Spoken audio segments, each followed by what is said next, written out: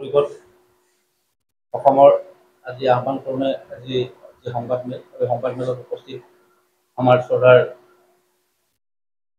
সাংবাদিক বন্ধুসকল, প্ৰথমতে মই আপোনালোকক সকলোকে আন্তৰিক ধন্যবাদ জ্ঞাপন কৰিছোঁ যে আজি আমাৰ এই সংবাদমেলত উপস্থিত থাকি আপোনালোকে আমাৰ কথাখিনি আজি সংবাদ মাধ্যমৰ যোগেদি আজি প্ৰচাৰ কৰাৰ কাৰণে যি আমাক সহযোগ কৰিছে তাৰ কাৰণে মই সকলোকে আন্তৰিক ধন্যবাদ জনাব বিচাৰিছোঁ।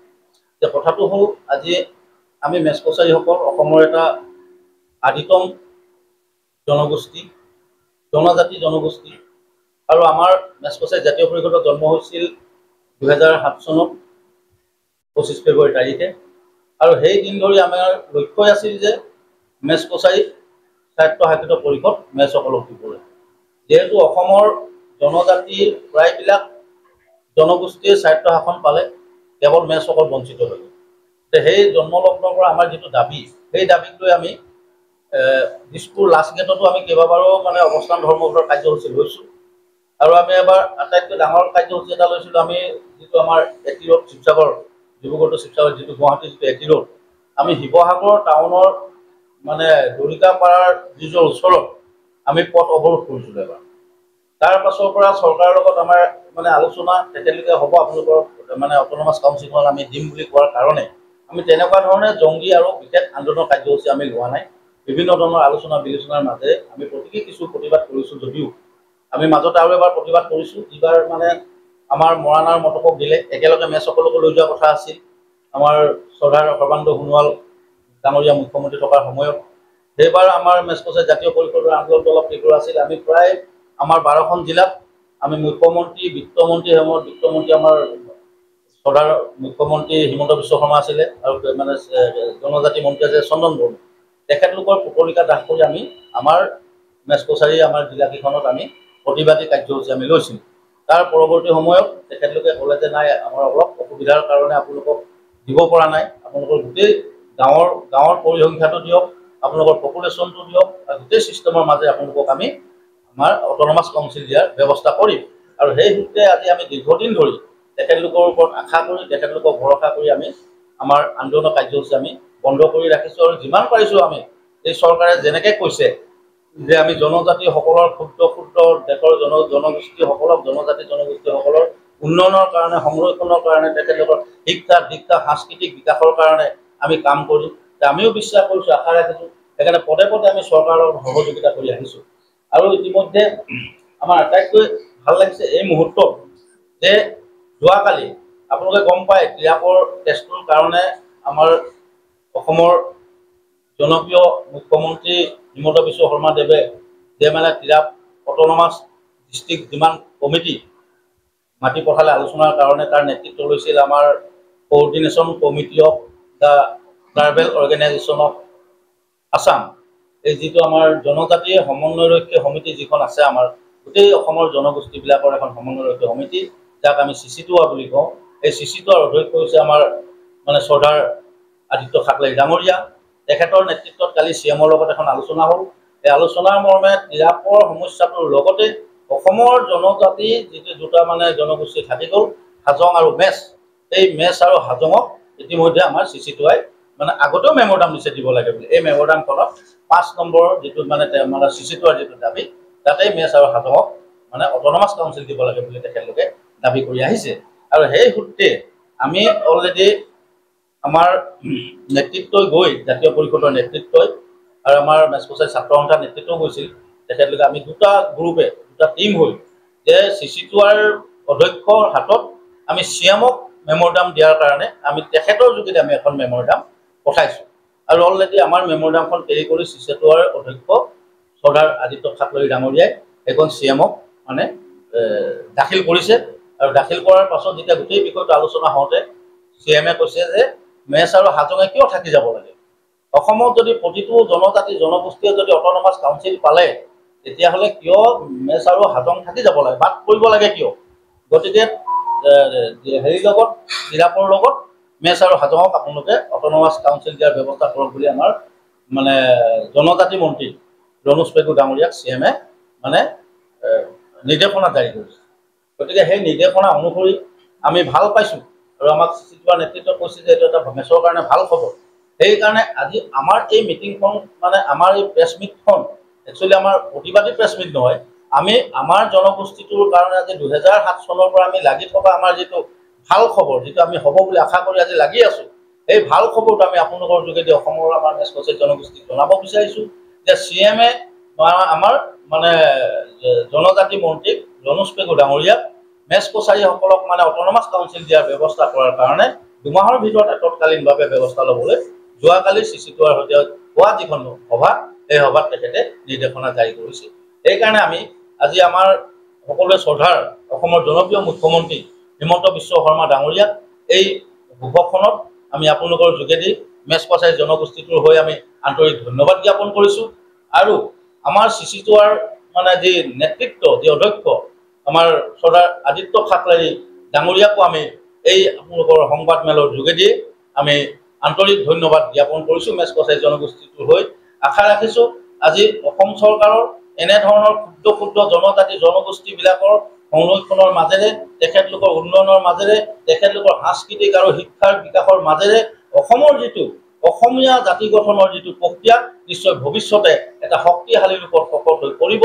আৰু এই যেতিয়া উন্নয়ন যেতিয়া হ'ব, ডেভেলপমেণ্ট যেতিয়া হ'ব, মানুহৰ মনত কিছু ক্ষুদ্ৰ চিন্তা চৰ্চাও নোহোৱা হৈ এখন শক্তিশালী ঐক্যবদ্ধ আমি অসম বা এটা অসমীয়া জাতীয়তাবাদ আমি এই মানে বিভিন্ন ধৰণৰ জনজাতি আৰু জনগোষ্ঠী ঐক্যৰ মাজে আমি গঢ়ি তুলিব পাৰিম বুলি আমাৰ বিশ্বাস। গতিকে আজি আমাৰ প্ৰেছ মিটখনৰ যোগেদি আপোনালোকক আমি সাংবাদিক বন্ধুসকলক অনুৰোধ জনাইছোঁ। আৰু আমি আমাৰ মুখ্যমন্ত্ৰী, আমাৰ জনজাতি মন্ত্ৰী আৰু আমাৰ অসম চৰকাৰক ধন্যবাদ জনোৱাৰ লগে লগে আমাৰ জনজাতিসকলৰ অসমৰ সংগঠনবিলাকৰ যি নেতৃত্ব, যি চিচিটোৱাৰ নেতৃত্বকো আমি এই সংবাদমেলৰ যোগেদি আমি ধন্যবাদ জ্ঞাপন কৰিছোঁ। গতিকে আমাৰ মোটামুটি মোৰ ক'বলগীয়া বক্তব্যখিনি এইখিনি আপোনালোকৰ আগত জানিছোঁ। আমাৰ মাজত উপস্থিত থকা সকলো মিডিয়াসকলক আজি আপোনালোকে ইয়াত উপস্থিত থকাৰ বাবে আৰু আমাৰ মেছ কছাৰীৰ কথাবিলাক প্ৰচাৰ কৰিবৰ কাৰণে আপোনালোকক ধন্যবাদ জনাইছোঁ আজি আপোনালোকে হোৱাৰ বাবে। আৰু আজি আপোনালোকে নিশ্চয় গম পাইছে আমাৰ মেছ কছাৰী জাতীয় পৰিষদৰ আজি এখন আমি সংবাদমেল আৰম্ভ কৰিছোঁ। এই সংবাদমেলখন প্ৰথমে আয়োজন কৰাৰ আগতে আমি যোৱাকালি আমাৰ মুখ্যমন্ত্ৰীক প্ৰথমে ধন্যবাদ জ্ঞাপন কৰিব লাগিব। যোৱাকালি চিচিটোৱে যি এখন মুখ্যমন্ত্ৰীৰ এখন আলোচনা হৈছিল, তেখেতসকলে আমাৰ জিৰাফ ডিষ্ট্ৰিক্ট অট'নমাছ কাউন্সিলৰ লগত যি বৈঠক হৈছিল, সেই বৈঠকত আমাৰ মেছ কছাৰী আৰু হাজঙৰ অট'নমাছ বিষয় উত্থাপন হৈছিল। আৰু সেই বিষয়ত আমাৰ মুখ্যমন্ত্ৰীয়ে জিৰাফ অট'নমাছ কাউন্সিলৰ লগতে মেছ আৰু হাজঙক স্বায়ত্ব পৰিষদ দিব লাগে বুলি উত্থাপন কৰিছিল। আৰু তেখেতক আমি পোনপ্ৰথমে পুনৰ ধন্যবাদ জ্ঞাপন কৰিছোঁ। আৰু লগতে আমাৰ ট্ৰাভেল মিনিষ্টাৰ ডক্টৰ অনুজ পেগুকো ধন্যবাদ জ্ঞাপন কৰিছোঁ। তেখেতেও এই বিষয়ত আমাক সহায় কৰিছে। আৰু আপোনালোকে জানে আমাৰ মেছ কছাৰী জাতিৰ এনে এটা ক্ষুদ্ৰ জনজাতি আমাৰ 11খন ডিষ্ট্ৰিক্টত আমাৰ সিঁচৰিত হৈ আছে। আৰু আমাৰ এখন ডেভেলপমেণ্ট থকাৰ কাৰণে কিছু হয়তো আমি আমাৰ জাতিটোক আৰ্থিক ক্ষেত্ৰত, শিক্ষাৰ ক্ষেত্ৰত আমি তেখেতসকলক কিছু উন্নত কৰাত আমাৰ কিছু ব্যাঘাত হয়। আৰু আমি মুখ্যমন্ত্ৰীক আমি অনুৰোধ জনাইছিলোঁ, কেইবাবাৰো লানি আমি তেখেতসকলক লগ কৰিছিলোঁ। আৰু তেখেতসকলক আমি এটা অনুৰোধ জনাইছোঁ, আমাৰ যিখন ডেভেলপমেণ্ট আছে, ডেভেলপমেণ্টখন উন্নত কৰি তেখেতসকলে এখন আমাক অট'নমাছ দিবৰ কাৰণে। আৰু তেখেতসকলে যোৱাকালি আমাক সহায় জনাইছে। আৰু লগতে আগৰ যি প্ৰাক্তন মুখ্যমন্ত্ৰী আছিল সৰ্বানন্দই এই বিষয়ত আমাক সহায় কৰিছিল, কিন্তু কিছু কাৰণত হয়তো উঠি নাই, এই ক্ষেত্ৰত আগবাঢ়ি নাহিল।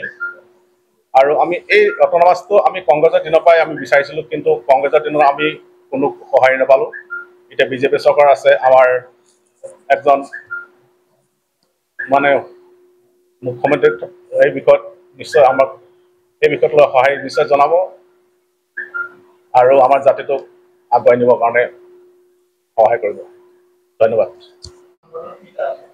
আচ্ছা, আমাৰ একচুৱেলি এইটো আপুনি ঠিকেই কৈছে, এইটো হয়তো নিৰ্বাচনী টোকো হ'ব পাৰে। তাৰমানে কথাটো হ'ল আমাৰ সকলোৰে শ্ৰদ্ধাৰ প্ৰাক্তন মুখ্যমন্ত্ৰী সৰ্বানন্দ সোণোৱালৰ দিনত আমাক এবাৰ তেখেতৰ বাসগৃহত, এবাৰ তেখেতৰ আমাৰ CM মানে ছেক্ৰেটেৰিয়েটৰ CM-ৰ অফিচত, তাত আমাৰ দুবাৰ মেচ কছাৰীসকলৰ লগত আলোচনা হৈছে আৰু আমি তাত মানে প্ৰায় 50জনীয়া এটা ডাঙৰ গ্ৰুপে আমি অংশগ্ৰহণ কৰিছোঁ। তেতিয়াও অলৰেডি লাষ্টবাৰ আমাৰ সেই সময়ৰ প্ৰাক্তন মানে জনজাতি মন্ত্ৰী চন্দন বৰ্মা আছিলে, তেখেতক সম্পূৰ্ণ দায়িত্ব দিয়াৰ পাছতো মানে চন্দন বৰ্মই বড়োলেণ্ডৰ ইলেকশ্যনৰ অজুহাত দি পৰৱৰ্তী সময়ত ইলেকশ্যন কাষ চপাৰ কাৰণে আমাৰ এই দাবীটো পূৰ্ণাংগ হৈ নুঠিলে। আমি সেইকাৰণে চিন্তা কৰিছোঁ, আপুনি কোৱা কথাটো মানে আমি চিন্তা কৰিছোঁ, সেইকাৰণে আমি প্ৰেছ মিট দি এই কথাষাৰ আমি মুখ্যমন্ত্ৰীক সোঁৱৰাই দিব বিচাৰিছোঁ, যাতে তেনেকুৱা ধৰণৰ যাতে পুনৰাবৃত্তি আৰু মেচ কছাৰীৰ লগত নহয়। আৰু যদি তেনেকুৱা ধৰণৰ হয়, তেতিয়া নিশ্চয় আমাৰ জাতীয় সংগঠনবিলাকে ইতিমধ্যে আলাপ আলোচনা চলি আছে। আমাৰ বেছি সময় নাই, হয়তো ডিচেম্বৰৰ ভিতৰত যদি এই কাৰুকাৰ্য নহয়, তেতিয়াহ'লে নিশ্চয় মেচ কছাৰীসকলে তেখেতলোকৰ মেচ কছাৰী আমাৰ জনগোষ্ঠীয়ে মানে জংগী আন্দোলন গঢ়ি তোলাৰ কাৰণে ব্যৱস্থা গ্ৰহণ কৰিব, এইটো কিন্তু একেবাৰে নিশ্চিত। আমাৰ পপুলেশ্যন প্ৰায় 4 লাখ প্লাছ। আমি 12খন ডিষ্ট্ৰিক্টত আছোঁ। আমাৰ শোণিতপুৰতে হাইষ্ট আছে। শোণিতপুৰত প্ৰায় 1 লাখৰ ওপৰত মানুহ আমি আছোঁ। শোণিতপুৰত অবিভক্ত শোণিতপুৰ মানে শোণিতপুৰ প্লাছ আৰু আমাৰ বিশ্বনাথ। সেই আন্দোলনটোত আমাৰ CC2I আমাৰ জনজাতিৰ যিমানখিনি মানে আপোনাৰ জনজাতি আছিলে, তেওঁলোকক সুৰক্ষাৰ ক্ষেত্ৰত তেওঁলোকে সদায় মানে আগভাগ লৈ মাত মাতি আহি আছে। মই দেখিছে সেই ক্ষেত্ৰত মানে যিটো তিৰাপৰ গণ্ডগোলটো অলপ দিনৰ আগত দেখিলে, সেই তিৰাপৰ বিষয়টোত লৈ পেলাই তেওঁলোকে আকৌ CC2Iত আপোনাৰ আমাৰ বিষয়টো সোমাই আছে ন, জনজাতিৰ বিষয়টো। তেওঁলোকে সদায় আজি CM-ৰ যিমানখিনি আলোচনা বিলোচনা হওক, চৰকাৰৰ যিমান আলোচনা হওক, তেওঁলোকে সদায় মেচ কছাৰী আৰু হাজঙৰ বিষয়টো সদায় উত্থাপন কৰি আছে যে হাজং আৰু মেচটো থাকি গ'ল, গতিকে তেওঁলোকক প্ৰথমে অট'নমাছ কাউন্সিলক প্ৰদান কৰি লওক, সেইটো সদায় উত্থাপন কৰি আহি আছে। সেইকাৰণে আমি তেওঁলোকক সদায় ধন্যবাদ দি আহি আছোঁ। আৰু সেইকাৰণে কালি সেই তিৰাপৰ আপোনাৰ বিষয়টো লৈ পেলাই মানে CM-ৰ প্ৰগ্ৰেম হ'ল, যে আমাৰ গোটেই তিৰাপৰ যিখিনি ট্ৰাইবেল ব্লক আছে, সেই তাত মানে জনগোষ্ঠীৰ মানুহখিনিৰ মানে তাত যিটো মাটিৰ কথাটো দিয়াৰ ব্যৱস্থা কৰাৰ কাৰণে আন্দোলনটো হৈছিলে। গতিকে আমাৰ তাত মানে ট্ৰাইবেল মানুহ সুৰক্ষিত নহ'ব বুলি বেল এণ্ড ব্লক মানে সুৰক্ষিত নহ'বৰ কাৰণে আন্দোলনটো চলিছিলে। যেতিয়া CM যাব, তেতিয়া তাত আমাৰ ট্ৰাইবেল এই তিৰাপৰ মানুহখিনিয়ে মানে আমাৰ সংগঠন যিটো তিৰাপ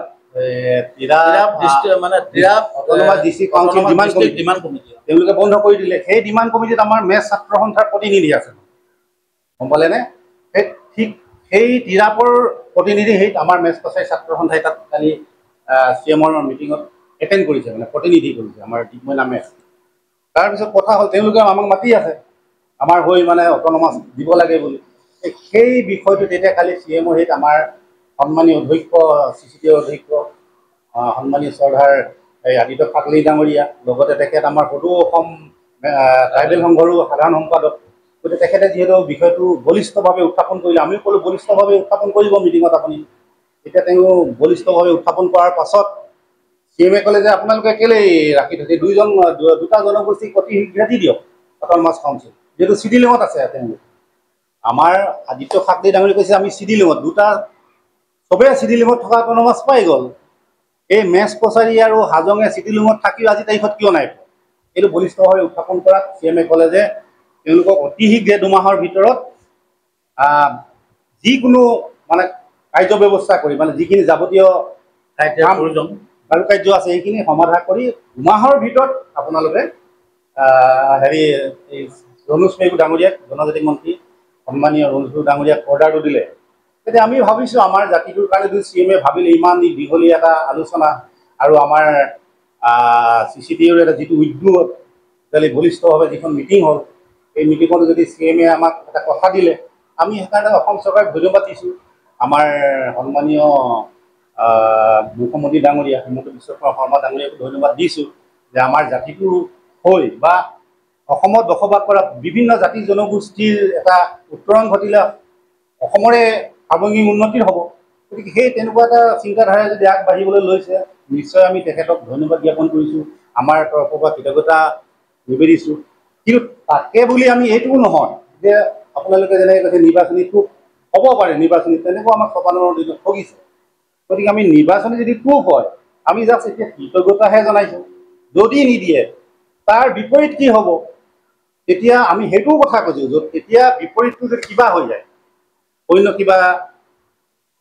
কিবা আপোনাৰ ধৰক বেলেগ চিটুৱেশ্যন হৈ যায়, তেতিয়াতো আমি গাত নলওঁ, আপোনাৰ অসম চৰকাৰে দায়ী হ'ব।